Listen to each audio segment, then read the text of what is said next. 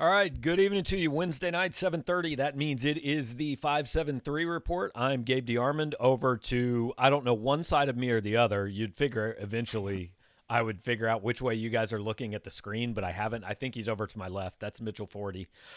We will have Eli Drinkwitz on the show shortly, probably about 7:30 or 7:45. I'm sorry. It is 7:30 right now. Sorry, I just got a text confirming that we are going to do that. So 7:45, we are going to have Eli Drinkwitz on the show. It appears, Mitch, that most of the people that are in here are far more interested to hear from Eli Drinkwitz than you or me, but we can, I mean, burn a few minutes. One person, Jacob, did say he was excited to hear from all three of us. So. Yeah, we appreciate that. I mean, Drinkwitz, he is a good talker. He's entertaining, and, he does probably have a slightly more high-profile job than us, but yeah. I appreciate the support. We're going to talk either way, so hopefully you like it. Yeah, so Jacob, we appreciate that you want to hear from us. The other of you, hey, it's cool. Tune us out till 7:45 if you want. I mean, just stay on here, hit the like button, make it appear that you're watching. But you don't have to actually pay attention until Coach Drinkwitz joins us here in about 10, 15 minutes. He will be hopping on with us, and we'll talk some Missouri football and whatever else. And we will look, we'll take questions from you guys and comments, for Coach, preferably questions. We don't know exactly how long he's going to have, so we do want to make sure to get some of the things that you guys want asked, and we are going to moderate it. We will pick and choose the questions we ask, and they will be the good questions or the respectful questions at least. But Mitch, before he hops on here, we might as well hit the basketball and get that done first. The way I put it in, I think one of my posts last night was a disappointing loss, but not one that to me was surprising or really changes anything about what I think about this season. For sure. Yeah, I agree. I think coming into that stretch of back-to-back road games against at Tennessee and at Auburn, you would probably think going 1-1 is pretty good. And to have the one win against Tennessee, when they're ranked against the top 10, I think that would be your preference if you had to pick one of those two games to win. Auburn's they're a fine team. They've been playing much better with Sharife Cooper. It's hard to win, two games on the road in 4 days, especially when you don't have time to go home between. The way it unfolded, definitely a little disappointing just because Missouri, did kind of get back and was leading, I think by 7 in the second half. I know that there were some people not exactly thrilled with the officiating, thought that perhaps played into it. But, I don't think this is some sort of, a damning loss. Right. And look, he did get a ton of calls, but Sharife Cooper is also the best player Missouri has played this year, right? I mean, maybe Io. Maybe. Yeah, I was gonna say actually, Io's good. They're different though. Io is probably more polished. But Sharife Cooper, I think, if you're talking, sheer blow by ability, ability to kind of create for himself and others. I don't know. It's a tough call because I will say, Io put up, what was it? I don't know, 34 or something like that. And he did it he shot some free throws, but it wasn't like Sharife Cooper scored, I don't know what he scored, 25, I think it was, on 5 made field goals, or 28 on 5 made field goals. A very different way to go about it. But I mean, they're both, 1A and 1B in that conversation. Well, and to me, what set Cooper apart was the assists. I mean, he's averaging 9 or 10 assists a game, and Io scored a ton, but I don't really remember him passing, and when it came time to make a play to win the game, he just fired one up from about 40 feet. He's a good player, like you said, splitting hairs, but I was impressed, certainly with Sharife Cooper. We've got to get some of these comments on before Coach Drinkwitz gets on, because Justin Ferguson says that this show is second only to him losing his virginity. So, I mean, I'm glad we're a popular show, but Justin, there's got to be some other things that have been better somewhere along the line, I would think. I mean, I guess I appreciate it. I don't know. I didn't expect those two things to be equated this evening. Yeah, that was not what I expected. Josh Cook complimented your background. It's actually just half of my background. We legitimately just cut it in half. And gave half to Mitch. So, Luke, no, I'm a real pro, a YouTube pro. Yeah, exactly. We're official. Luke wants to know if Jadarius Perkins is official, and so if we can ask Drinkwitz about it. At this point, it's not. We've seen nothing, we've seen nothing from Perkins, but seeing something from Perkins doesn't make it official. We would have to see something from Missouri, and I can confidently say Missouri is not going to release that at 7:40 on Wednesday night. That would have been out by 5 o'clock if they were going to do that. The other thing that, Mitch, I'm kind of surprised isn't official yet is Jethro Franklin's hire. I mean, Drinkwitz told us, what was it, Monday, I guess, that they were hoping to have that done within a day. And I don't think that's any reason for concern or anything. I just thought maybe we'd have some notification on that. Yeah, for sure. I think he said in the process of being finalized, should be in the next day or so. So it's been a couple days. Yeah, not necessarily cause for concern, but not totally official yet. But Drinkwitz did talk about that. He talked about Steve Wilkes and Jethro Franklin in the press conference the other day. Just, as a heads up, we probably won't be asking about that since we just talked to him about it. Right. Yeah. Not too much. But we have seen some of the things on social media, and players are on campus. Everyone so far, as we know, is back. A lot of early enrollees. I think it was 11.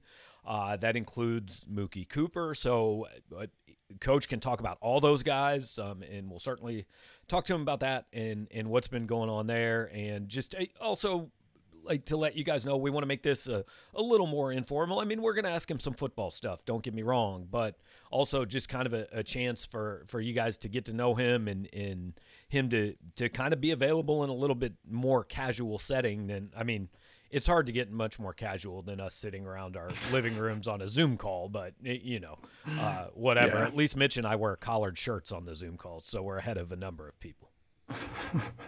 Yeah, I mean, this really isn't that different, but at least, it's just the three of us as opposed to we can each sneak a couple more questions in without being yelled at for trying to ask a follow-up. Exactly. I think actually just every question we should say, all right, I got to follow up to that, just for like 15 straight minutes.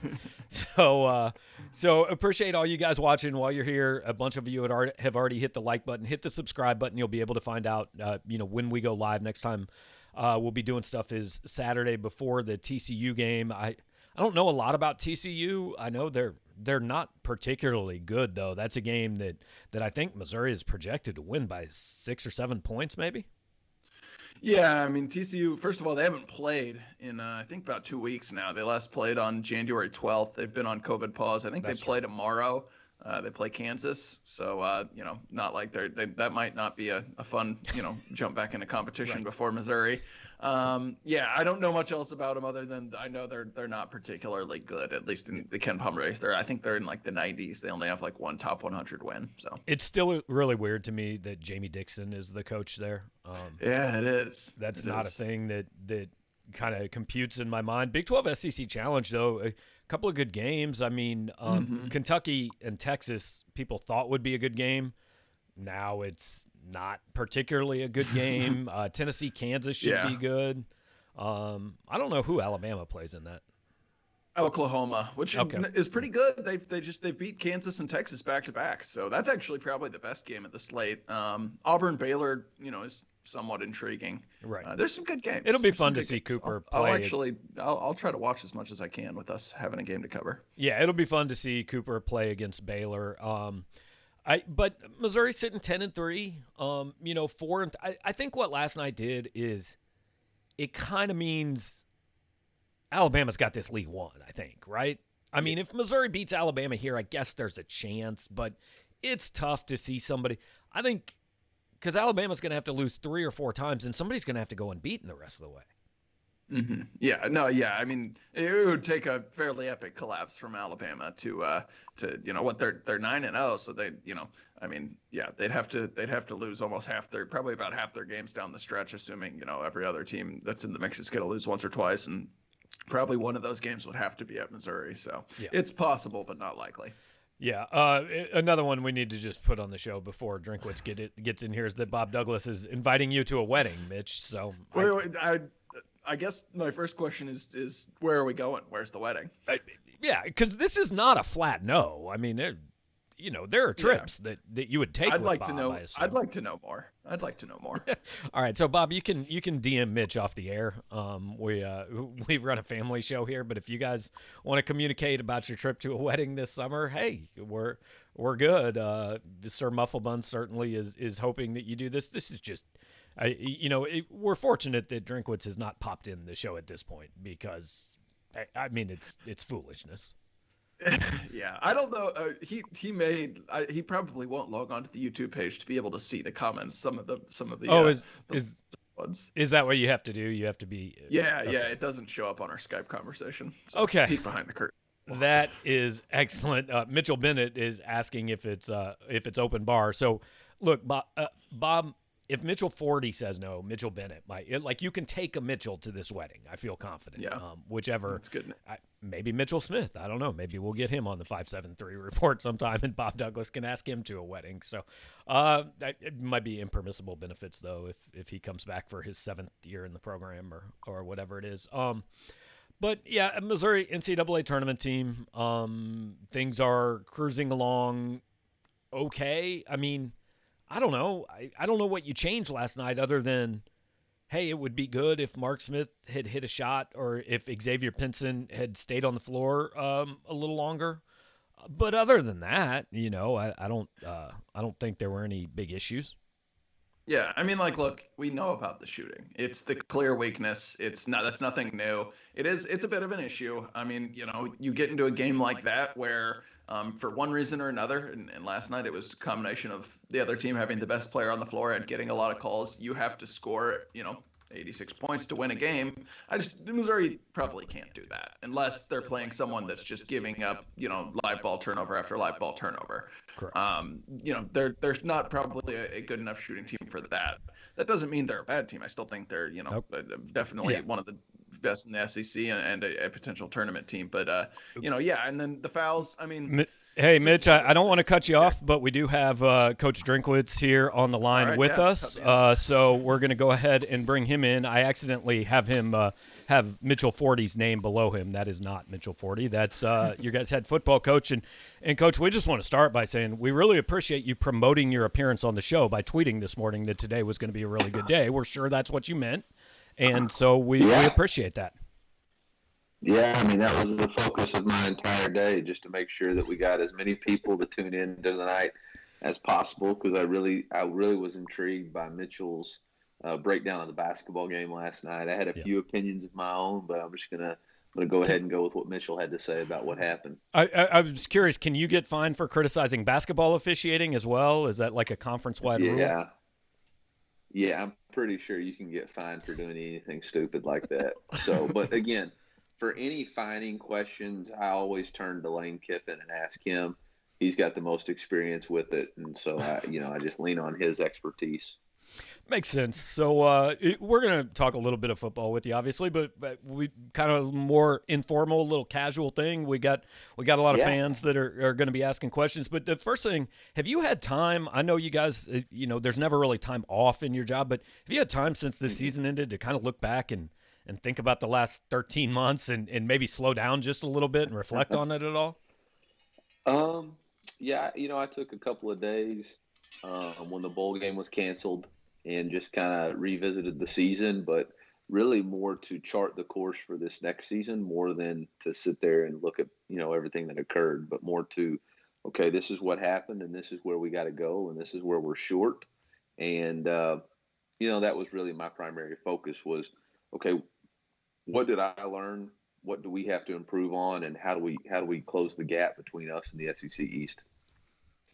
Eli, a question kind of in that same vein. I remember before fall camp started last year, you said, you can't microwave the process of putting in a new culture and a new offense and stuff like that, but you kind of had no choice. I mean, certainly we're cut short a lot of practice time. How much more do you feel like can kind of be accomplished with a cross our fingers full off season? Yeah, that's interesting because we've spent the better part of the last 2 weeks in the office just watching film and self-scout. And, one of the things that showed up was the inconsistency of execution on plays that we just didn't have a ton of reps on. And we were trying to put them in during game week and get, 2 or 3 reps on it. And then in key moments, it didn't get executed the way we needed it. So, for us, that's a big point of emphasis, especially for a new quarterback. It's just getting him enough reps that he knows the answer. So if the primary read's taken away, do we get to the secondary read? getting that chemistry with our cadence, that if they give us a blitz look, that we can reload the protection and change it. And how do we change from one run to a next when it's not the right look? So all those things are going to be really important for us to get to, but not only just talk through them, rep them, make the mistake, correct the mistake, and then keep doing it. And so look forward to that. It's also going to be huge for, defensively with Coach Wilkes putting in his new scheme. But I look for us to make a tremendous jump in special teams. I think one of the areas that, obviously we struggled with ball security there, but with the lack of depth, we weren't able to try to win games on special teams. We were just trying to survive, and really challenge Coach Link and the rest of the staff that we've got to play our young guys, but we've got to make special teams special. How much are you looking forward to? I thought, and I've told you this, you did a good job throughout the year kind of handling, hey, nobody cares about all the other stuff going on. We've just got to deal with it. But how much are you looking forward to having a roster that has like 80 players on it for a game, or however many you might have for game one? What's interesting is whenever we were negotiating my contract, one of the main emphasis for me was getting a 6th year, because I knew this year we were dealing with NCAA sanctions. Mm-hmm. I had no idea who was going to deal with COVID too, and the NCAA sanctions are challenging enough. I mean, we still have 4 weeks of quiet where we can have zero contact with recruits, which is, I mean, in COVID, how do you, if you can't talk to them, it's kind of a crushing blow. So, we're still dealing with that. But the reality of it is, if you compete and there's a score, fans want to win. And if you don't, they want to know why, and they're going to hold people accountable to it. And that is what it is. They pay us good money, so it is what it is. Eli, I know you mentioned Connor Bazelak already. He's a guy who really hasn't had a full off season in a college program, like you mentioned. But you got a couple other quarterbacks on the roster, and Brady Cook and Tyler Macon coming in. I guess what's your kind of approach to the quarterback position here entering spring practice?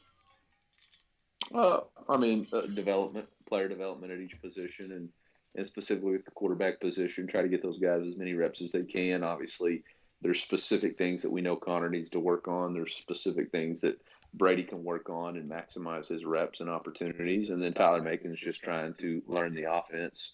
He's going to have a hard spring just because of the nature of coming in as a true freshman and learning everything, which we're gonna start spring football on February 26th. So, or maybe it's 27th. So, I mean, he's got to get picked up really quick. But the good news is we can learn, make mistakes, and then all summer practice it, rehash it, and then really compete in fall camp. I know the fans and everybody watching are really excited about, obviously, the new kids. That's every year. Hey, what's the next wave? And you brought 11 guys in at semester. I'm just curious, not sure how much the coaches actually can do with them, but what are those guys doing these couple weeks, and just how quick a process is it to, okay, you're a college football player now. Let's adopt to, let's kind of change the way you've been doing things. Well, did you say 11? I think that was what you brought in at semester. Yeah. I don't know. There might be another one, but there might be one more. I'm told we can't talk about anything that hasn't been released yet. So. Yeah, okay. Well, we can't talk about it, but there might be one more pretty big one. I think the process starts as soon as you step foot on campus, and that's what we've told them is you're no longer a high school player. The biggest thing for us is, as coaches, is to bridge the transition from high school to college, not let it be overwhelming, but also not baby them. And that starts with workouts, making sure, we're giving those guys the attention they need so that they can get accustomed to our style, our culture, how we do things around here. But even more importantly is letting their natural abilities take over and understanding that they compete at this level, but you have to compete. Most of these guys are coming from a place where they were the best player on the field, and every time they stepped on the field, maybe they didn't need to be at their best. Whereas when you step on the football field now, you're one of 85 great players. And so you're going to have to compete every single snap and maximize your talent in order to have an opportunity. Eli, I have a question that a fan actually kind of touched on. If Gabe wants to throw it on the screens from Steve A, but one thing, obviously that people will have noticed about this team is you're not afraid to run kind of some, tricky gadget type plays, double passes, flea flickers, stuff like that. And I'm curious, when did that love kind of start? When did you start kind of drawing up trick plays? And do you have any fun names for your trick plays like we've heard from the Chiefs and stuff like that? I think that's just my growing and maturing with Coach Malzahn. Even when we were in 2004 at Springdale, Arkansas, we always had, tricks and specials that we felt like would give us a shot in the arm, but also give us an opportunity to score. And so in these tough games, where moving the ball is very difficult, you want to have something in your back pocket, maybe as a momentum starter or a momentum changer or something like that. We utilized it pretty successfully against several teams. Obviously, LSU started the game with one versus Kentucky. Just trying, hit a big one against Georgia. So, I think they're fun and they give you some adrenaline. We got all kinds of good names for them. We usually come up with,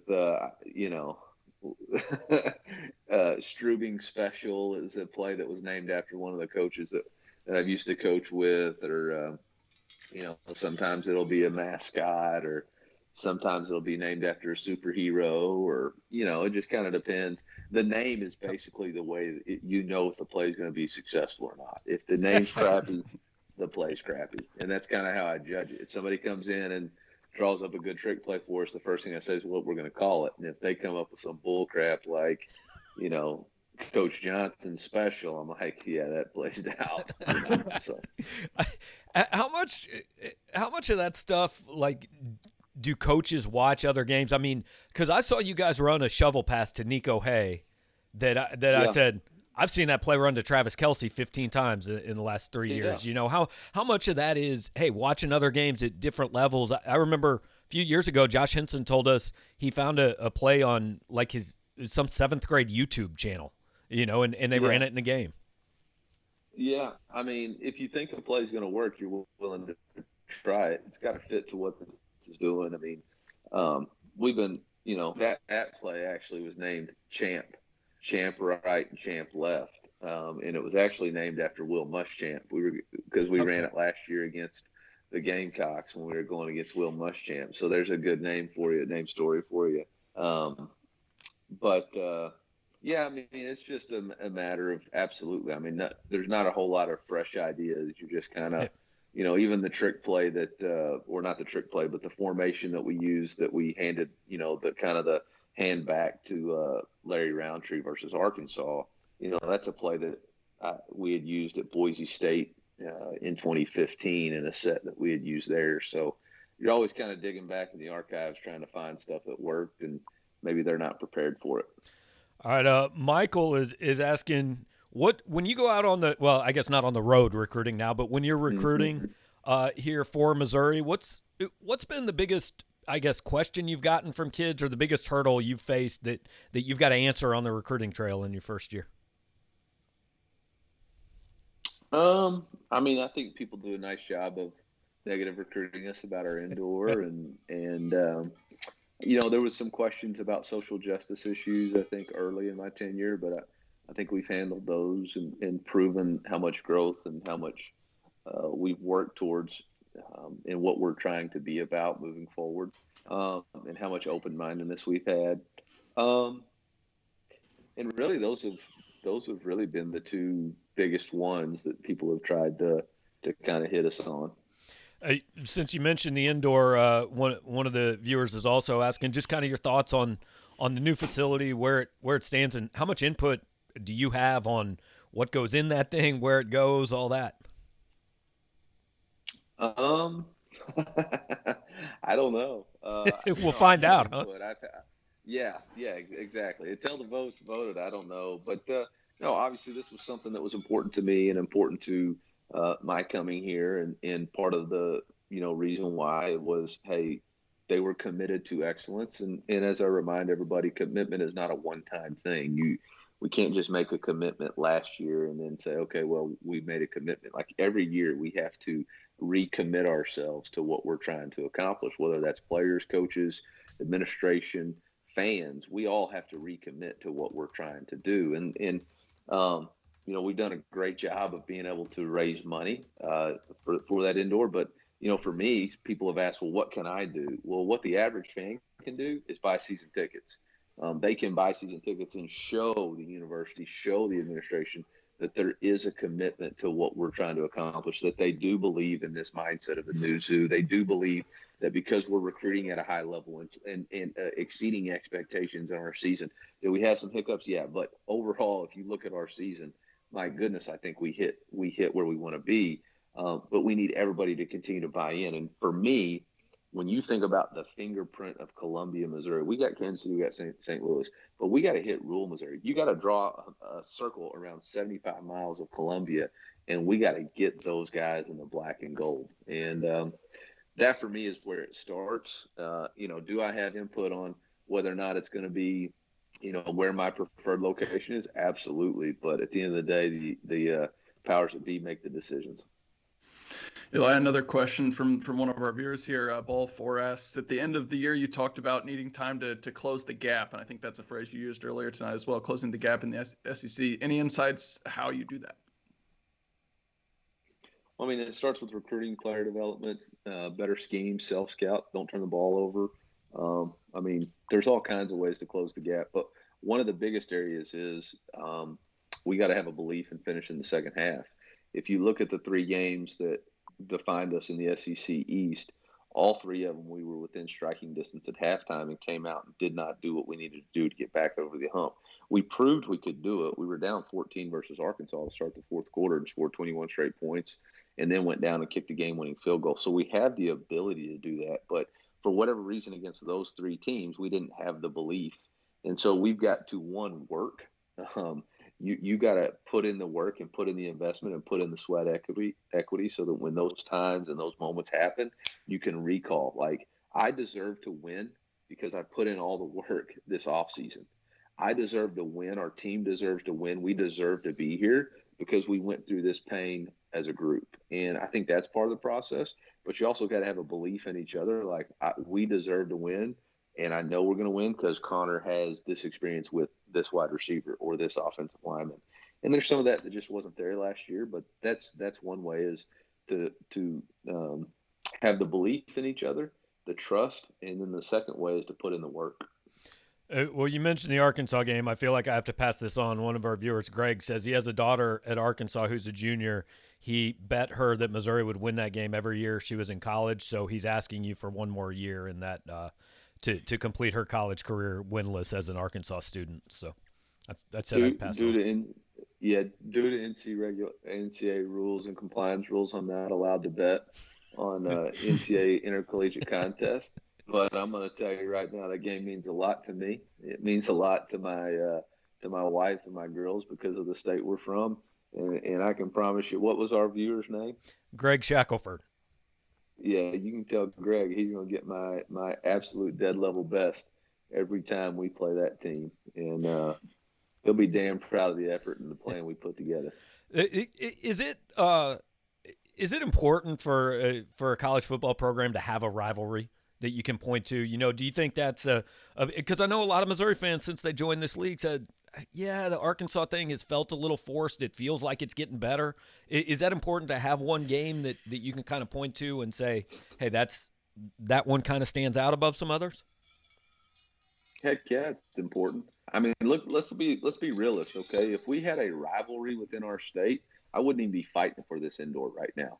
It would be natural because the powers that be would know that we're not going to let our rival have something better than us. Just like when you have a brother or sister, if they got a toy, you got to have a toy.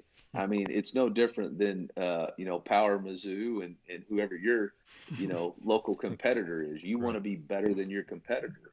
And the fact is, for me, that is a rivalry. And they've got a dadgum nice indoor facility, and I want one too, so that when those recruits drive by, they go through Fayetteville and they come up here, you expect us to whip their butt on Saturdays when we play the Saturday after Thanksgiving. Well, I expect to be able to whip their butt in recruiting too. And so it all plays together, and it's better when you have a rivalry.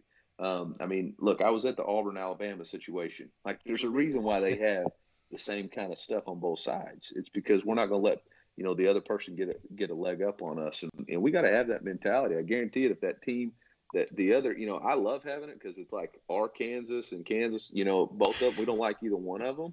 And the reality of it is we got to have better stuff than they have, and we need to pick it up. And hopefully they let you back in your home state. Those might be fighting words, but Coach, I know I live in Missouri, man. I live in Missouri. I'm proud to be black and gold, man. Well, there you go. One of the other guys who I know we can ask you about, who's already on campus, I've seen a couple people ask about, is Mookie Cooper. I know there's uncertainty as to whether or not he'll be able to play this first season on campus, but how do you kind of see him fitting into the offense with his skill set? I don't know yet. I mean, I haven't seen him play. We're excited about Mookie and his future. He works extremely hard. I think I've seen his high school tape, and he's got incredible potential with the ball in his hands, but the reality of it is, until we get to spring ball, I'm not sure. Coach, we don't want to take your whole night. I mean, we would let you hang out here if you wanted to. Got two more for you, yeah. and then we'll let you run. Skip Bishop is asking, what's kind of your philosophy on scheduling and what you'd like to do in the non-conference schedule, as far as, I know you have to play a Power 5 team, but how do you approach that while you're building a program? You don't have any. I mean, I have no say in it. We're scheduled out for the next 10 years, so it really is not. It's really not, because of the way scheduling is. I don't really have any say. I mean, it is what it is. I would prefer to play the Power 5 team to be a regional rival. Again, I think anytime we can play regionally, it helps us. I think we got Kansas State on the schedule. I think we got whatever that team to the west is that plays in blue and red or whatever. And then I'm hopeful we get Illinois. I think we got Illinois coming back on this schedule, I think. So to me, those are the games you want. And then after that, I mean, whoever they'll pay and whoever will play. Well, if we learn one thing this year, it's that you have to schedule football games 12 years in advance, and there's no way to possibly adjust during the week or during the month. Yeah. I mean, you cannot cancel a game on Monday at 5 and then give somebody a new opponent and play. Right. Not doable. So the last thing, and we've had a bunch of people kind of ask this, just personally, I know you got 3 daughters. How's Columbia been? How's your family like it? Anything that have you really gotten to experience the town, do you feel like, this year? No. That's probably been the biggest setback, is I haven't been able to fully experience and integrate to the town. I haven't been able to really go and hang out downtown. We were able to experience the lighting of the dome, and that was awesome. But as far as making sure we're able to go to church every Sunday and be a part of the community, that's the thing we're really excited about. But we love our school that we're in. We love our Columbia community that we're in. Our neighborhood's awesome, and it's been good. I'm not going to tell you what my favorite pizza place is, because I like all of them. Right. And I'm not going to tell you what my favorite restaurant is, because I like all of them. But we're enjoying it. All right, Eli, I appreciate it, man. Thanks so much for taking some time, and we'll catch you down the road. All right, thanks, Eli. All right, Eli Drinkwitz joining us, and I hope you guys enjoyed that. And certainly, we do appreciate his time tonight, because, look, I think it's fair to say there's not a lot of head football coaches that probably would do that, but he did manage to do it. I have a frozen Mitchell Forde on my screen, so I am going to hang up on him, and I'm going to call him right back because he is just staring at me, and it's kind of creeping me out, if we're being quite honest. So I've hung up on him. I should have a Skype window. I'm going to call him right back. We're going to keep the show going, and we're going to take your guys' questions, comments, all that, whether it's about the interview with Coach Drinkwitz, whether you guys have other things on your mind, whatever you want to talk about. I now, rather than a frozen, there is Mitchell. You were just completely frozen on my screen staring at me, and it was one of the creepiest things that's happened to me in my whole life. Yeah, I could hear you all still talking, so that was good, and I'm glad I made it as far as I did. But then, yeah, I heard you say I was frozen, less than ideal, and I didn't get that. Didn't give me a chance to point out the wonderful viewer who commented, then wanted to ask Drink if he's ever seen someone with better hair and chompers than me. So I would have snuck that in there if I had a chance. Yeah, I missed that. I feel like you'll have ample opportunity down the road. But no, as I was saying, Eric points out that Bob Douglas was thrilled you were frozen on the screen. I was not. It was super creepy. I hope to avoid that ever again. But like I was saying, look, there's not a lot of Division I Power 5 head football coaches that are going to do that from their house on their phone. So appreciate him certainly doing it. And like, you get why fans are so excited every time this guy talks. It's just like everything he says has a purpose, and it's all sell this program. I mean, you can tell it's 24/7. Yeah, absolutely. I mean, he's really obviously very conversational, very personable, fun guy to talk to, and that's why it was really nice of him to do this and for us to get a chance to get a little bit more lighthearted with him, give him a chance to share some stories and talk about stuff that's important to the program like the indoor. So yeah, definitely really appreciate it. And that's the thing that I think people probably, they don't care about what's hard about our jobs or anything. But what you guys, I think, probably don't understand that you're missing because we're missing it this year is the chance to form any sort of a relationship with the people we cover where you can actually do interviews like that, where you can learn something about them. I mean, a lot of the players on this team, we've never met in person. I mean, they don't, there are a decent number of assistant coaches. If I saw them on the street, they would not know who I was, and so it's obviously very difficult to be able to write anything insightful or ask a decent question because you don't even know the people. So I think, yeah. I mean, Eli is naturally good at that. We've gotten to talk to him a lot, so he at least knows who we are. But that's why we want to be able to get back to cover practice and games to be able to do stuff like that with more than just the head coach. Yeah, you said a decent number of assistants. I think for me, I mean, like, unless they watch the 573 report, the only one I've ever met in person is David Gibbs, because he's the only one that's been around for more than a year. So I think pretty much every other assistant coach would not know who I am if I just approached them. I mean, the only assistant coaches I know, honestly, just left. So right, exactly. Yeah. So they're in Illinois, and I don't know, somewhere else right now. So let's see. Going to try to catch up. Apparently, while we were talking to Drinkwitz, we missed that Bob Douglas's wedding is in Buffalo. So okay. I don't know how you feel about Buffalo. Well, I mean, it's not the greatest town ever. Yeah, I'll be honest. I was hoping for better. August, if I was going to go to Buffalo, it would be in August, but that's a tough sell, Bob. I don't know. They do have good wings, although I will say this. I have had Buffalo wings in Buffalo, and CJ's is better. So, Okay. Yeah, well, the sales getting even harder. Sorry, Bob. I missed I missed the natural transition, by the way, of Drinkwitz saying, he liked every place in town equally. The place we do not like equally is 573tees.com. We like them more because they present this show every week. They are a great partner of ours, a great sponsor. They're actually running a birthday special for the owner of 573tees is turning 40 today. It is his birthday. He is offering you 20% off on t-shirts.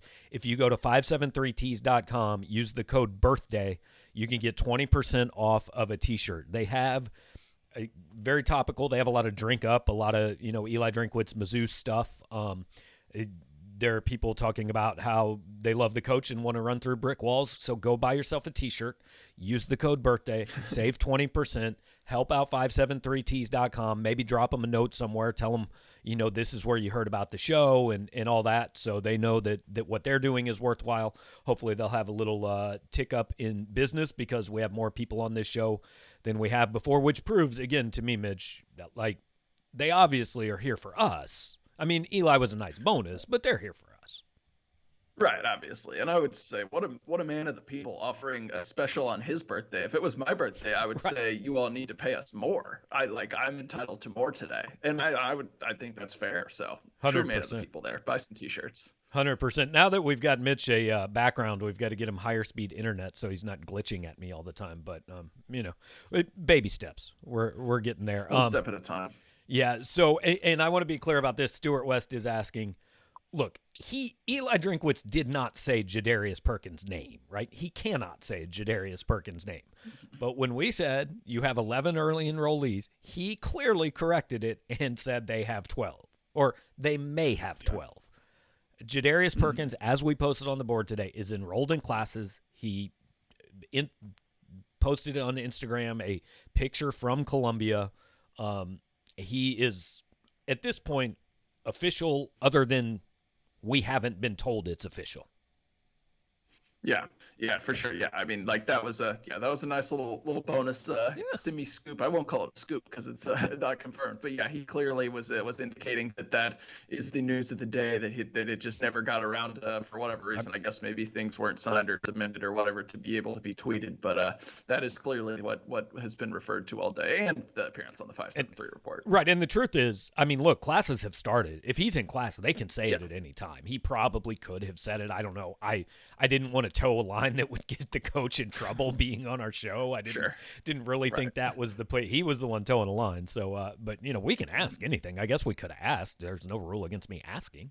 But that is certainly our impression that he was talking about Jadarius Perkins. If he wasn't, then hey, there's another neat surprise out there for you guys somewhere.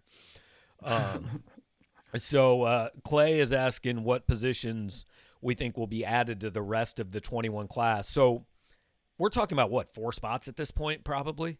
Because Perkins is in. Yeah, 3. We think B.J. Harris maybe. is in. I don't know. It's hard to say exactly. Probably 3 or 4. I still think, definitely you're going to have at least one offensive lineman who is probably a tackle, whether that's high school, JUCO, or transfer, maybe more than one of those things. We'll see. But I think that's probably priority number 1. Priority 2, I'd say probably a safety. Losing Josh Bledsoe and Tyree Gillespie, and then maybe just a kind of a best available for if you're taking a third, possibly running back, possibly tight end, but just if you find someone who you feel like can make an impact right away, it kind of doesn't matter where. Yeah, and possibly if you find yourself needing to replace Shamar Pearl, a rusher, a pass rusher, and we don't know exactly where that stands, but if Shamar Pearl is or is not in the class, that probably impacts what you do. And Andy is saying every time Drinkwitz talks, he realizes how boring Odom was on the microphone. Look, every time he talks, I'll tell you, I realize how boring most coaches are. The bottom line is most coaches aren't going to come on this show. I mean, it is like the highest rated show in my home office on YouTube. So, it's a big deal, but most coaches aren't going to do that. Most coaches aren't going to talk about bull crap and take shots at Arkansas and do that. Like he gets it. I mean, he knows what you guys want to hear. He is a salesman. He knows how to play the game. Now, ultimately, he's got to win games, and he knows that too. But in year 1, probably in year 2, while you're building, it always helps to have some salesmanship. And Missouri they honestly, I don't remember the last time they had a coach that did. I mean, I don't know that Larry Smith was a salesman. Gary Pinkel's sales pitch was, hey, I know what I do works, and I know I'm good at it, and it's going to work. I mean, that's cool. Yeah. He was right, but it wasn't super exciting. Yeah. And, Barry wasn't a salesman, but Drinkwitz certainly is.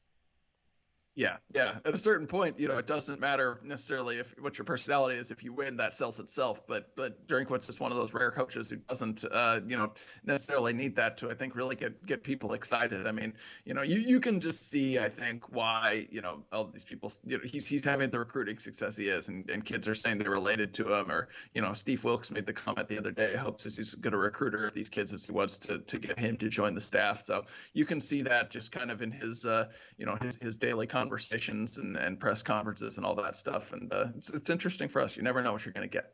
Yeah, exactly. And hey, like, I'm not against. Hey, if I ask a stupid question, I'm good with being the guy that gets made an example out of on the Zoom call. That's fine. We deserve that. If you ask a stupid question, you probably should be called out on it. So, fortunately, I don't think I've ever done that, but. Oh no, us? No, never. We've never asked bad questions. It's always other people. Usually I'm too busy texting, complaining about things to even realize when they call on me. So, then Yeah. then Zoom doesn't update and I have to go searching and finding the Right. unmute button. And I just, there was legitimately And one then, time I forgot what I was going to ask. So I just said I left my hand up. and then you'll get those times where you're slow to unmute yourself, and the moderator tries to help you out by unmuting you at the exact moment you unmute yourself, and so you get remuted. This is the joys of Zoom. Yeah. We would rather be back in person. We really need to get back in person. We suck at this technology thing. I mean, I blew all my technological abilities by managing to get this show on the air. So, Really impressive. Yeah. I think we really are broadcasting to real people on the internet, so that's pretty good. I mean, they appear to be real people. I've not seen any. None of the people asking questions have like 27 numbers after their names. So I take that certainly as a good sign. Okay, so Stuart West brings up he says when I see Drinkwitz, it makes me so glad we're not Tennessee. I'm gonna be honest. I think Tennessee came out of this week better than I thought they were going to. Yeah, I mean, probably true. AD and head coach. Yeah. The big question, obviously, is just what kind of sanctions are we talking about here? That is going to really, I think, be a big factor in determining, how far back their program is set by all this. Mm-hmm. But with that aside, Danny White, I think we talked about him last week, is a really good hire as an AD. He's not someone who's going to let the boosters run the show, I don't think. And, he's got relationships with people all over the place. And then, I know Missouri fans like to bag on Josh Heupel, and his system probably has some limitations. And, things were trending maybe not the right way at UCF, but he's not. I think they could have done worse. I mean, You look at this position Tennessee is in right now. They weren't going to go hire James Franklin. That just they could have hired Kevin Steele. Right, exactly. That's the kind of options we're talking about. Heupel, at least, he showed at Missouri, he came in a situation that was bad, where he was, taking over an offense that was one of the worst in the country, and he got it to the point that it was functional, more than functional. I mean, it put up good numbers, and people like to point out, well, it fell flat against the teams with the good talent like LSU and Alabama or whatever. So did everybody else. Tennessee at this point is not that. That's I know their fans probably wouldn't admit this because they love the fact that they play Alabama every year, because one of these years maybe they'll only lose by 14 or something like that. But that's not their competition right now. They're competing with the Missouris and South Carolinas of the SEC East, and in that kind of range, scheme can cover up for maybe having some recruiting sanctions or something like that. Yeah, and look, they had to have. I mean, to get a coach that was at a good Group of 5 school to take that job is fairly impressive. Now, look, yes, they overpaid him. Guess what? Missouri overpaid Eli Drinkwitz last year. I mean, and I would have said that 15 minutes ago because he says it all the time, so that's sometimes what you have to do when you're in a position where you need a coach and the coach knows he has leverage.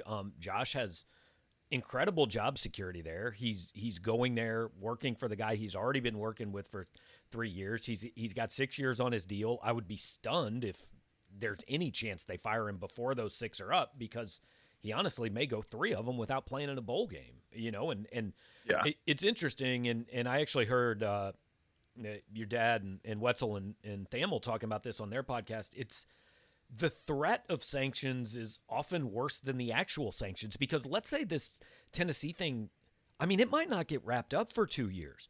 So if you've got a 2-year bowl ban when it's over, what you've really had is a 4-year bowl ban, because you've had 2 years of having to recruit not knowing what's coming, and then you get 2 years on the end of it. It's incredibly punitive to a program. It is, yeah, just the length at which it takes to resolve that stuff. And look too, is it like people are saying, really that's the guy you think is take Tennessee back to the mountaintop? Maybe not, no, but there's still value in hiring a coach. Exactly. There's value in hiring a coach that can stabilize the program and shepherd them through something like this. I mean, people love to bag on Barry Odom. And did Missouri make the right decision last offseason? More and more, you think you would say absolutely yes. But you also, I think, have to look at, his ability to kind of get them through some of the stuff he did. That allowed them to then be an attractive enough position to hire the guy we just talked to. Yeah. I mean, I think there's a chance that Conzo Martin ends up down the road kind of having been that guy for Missouri, right? Get him out of the woods, and maybe you don't lead him to the mountaintop, but maybe you put him in a position that you've made some progress up the hill where you can hire a guy who can get it up there a little further. And look, maybe I'm selling Konzo short. Maybe he is the guy that eventually gets him there. But even if he's not, he's clearly put them, whether it's after this year or 2 years from now or 4 years from now, whenever he leaves here, he's clearly put them in a better position than they were in when he got here, which is really the only goal. I mean, it's not realistic to walk into everywhere and just say, hey, we're going to win a national title. Tennessee's not hiring somebody that magically made it 1998 again. Yeah, exactly. Also, yeah, I love the basketball talk of basketball saying that Mizzou was in a better position than they were when Konzo found them. It would have been hard to not, to be fair. Like, he's done a good job, but correct. I think I could have gotten them to a better spot than they were at with Commanders. I mean, it would have been tough to be in a worse spot. I've said a number of times, right. I've had a lot of people tell me, I don't think you understand how hard it is to win 9 games. And not hard like how hard it is. How hard it is to only win 9 games. Steve P went over to 573 to order a T-shirt after Eli Drinkwitz's appearance. So you guys should be like Steve. Steve, I tell you what, you shoot me an email at powermizzou@gmail.com. You tell me how much you spent on the shirt. I'll reimburse you that amount of money with time on Power Mizzou. So if you bought a $20 shirt, you can get a couple free months over on the site. Please don't email me and tell me you ordered a $150 T-shirt, because I know you got 20% off, and I know they don't sell T-shirts for $180. So let's be relatively be somewhere in the neighborhood of honest. But I do appreciate you helping out our sponsors, and I'm sure the guys at 573 Tees appreciate it too. So T-Rise and Steve both actually bring up a point about Heupel. Look, it is going to be a question. T-Rise is a little harsher than I would have been. He says he doesn't appear to have a personality. He's not super lively. And I can now tell this story because he's not here. And whatever, if he down the road gets mad that I told it, I don't really care. It's not offensive or anything. But so Josh Heupel was at the podium back when we used to do media day in person, and he, when he was the OC, he had his own press conference every week, and he'd get up there for 10, 15 minutes and say nothing and, do his thing. So Dave Matter and I are sitting there, and Mitch, I don't think you were there yet. I'm not sure. But, I wasn't, no. But Heupel just walks past and looks down at Matter and I and goes, bet you guys got a lot out of that, huh?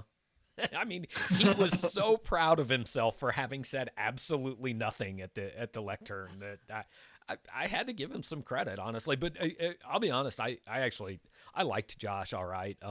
I played in a group behind him at a Tiger Club golf tournament one time, and we were backed up like three groups deep on the tee. Talked to him for a while, and he is from South Dakota.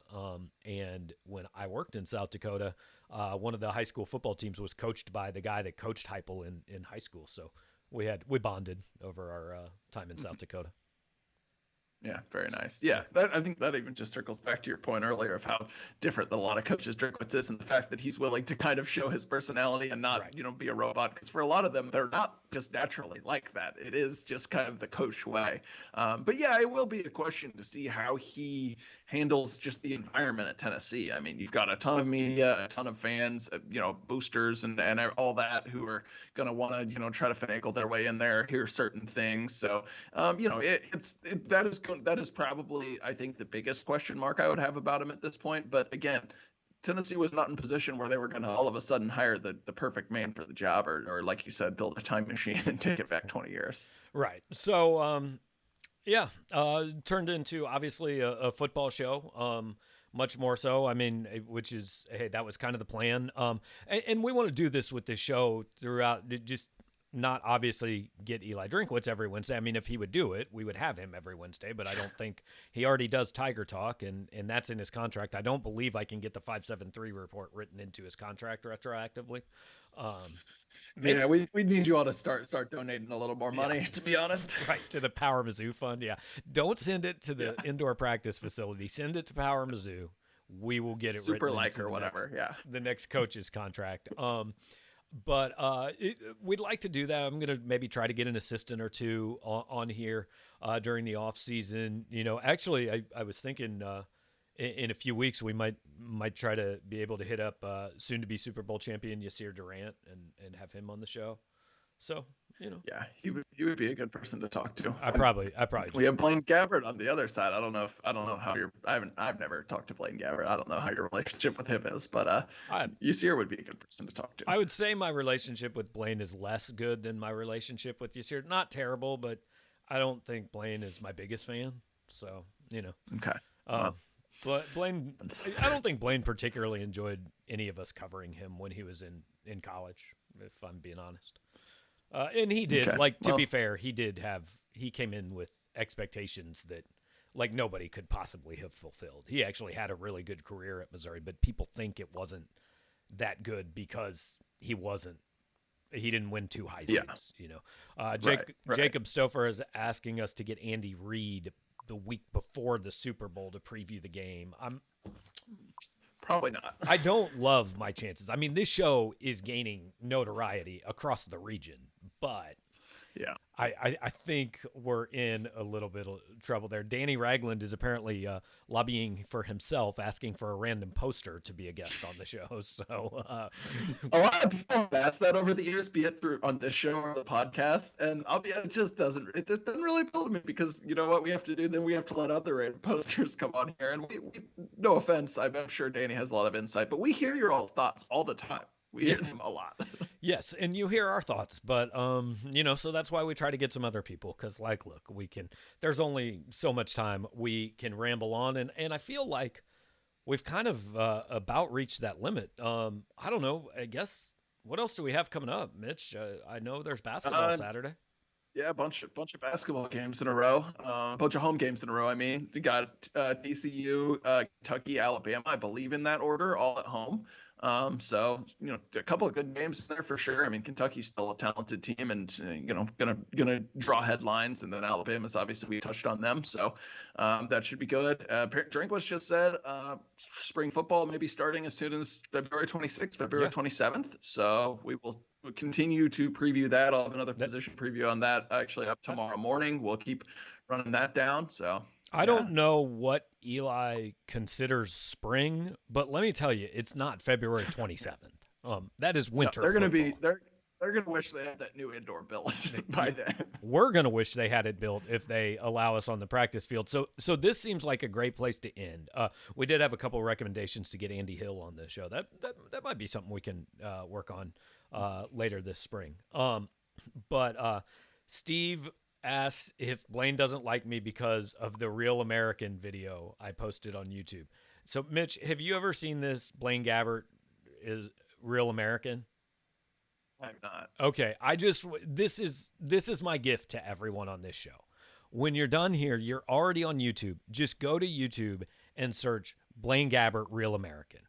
It is 4.5 minutes of your life that you're going to thoroughly enjoy. It's the most amazing music video ever produced.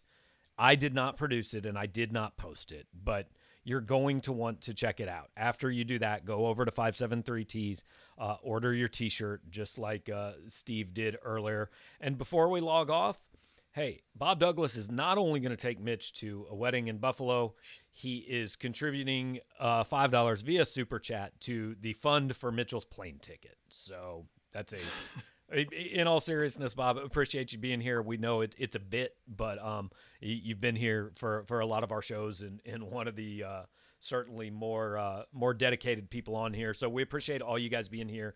Hope you enjoyed getting to hear from Coach Drinkwitz in a little bit more of a relaxed format and chance for you guys to ask him some questions before you leave. Like, subscribe, do all that. I don't know, Mitch, you need any other favors? You got a place they can Venmo you some money to fly and meet Bob Douglas? If all of a sudden people are going to start paying my expenses, I mean, feel free. Maybe I'll start giving away my Venmo information. I don't know, just put it on the banner behind me or something. Do like the Woody Page thing with the whiteboard, put my Venmo handle. Perfect. All right, guys. So thanks for watching. Mitch, appreciate it, man. And we will catch you. Well, I'll catch you on Saturday, pregame for basketball, but we'll be back on this show next week. Once again, 573tees.com. Hit them up, hit all our sponsors up, and we will talk to you later.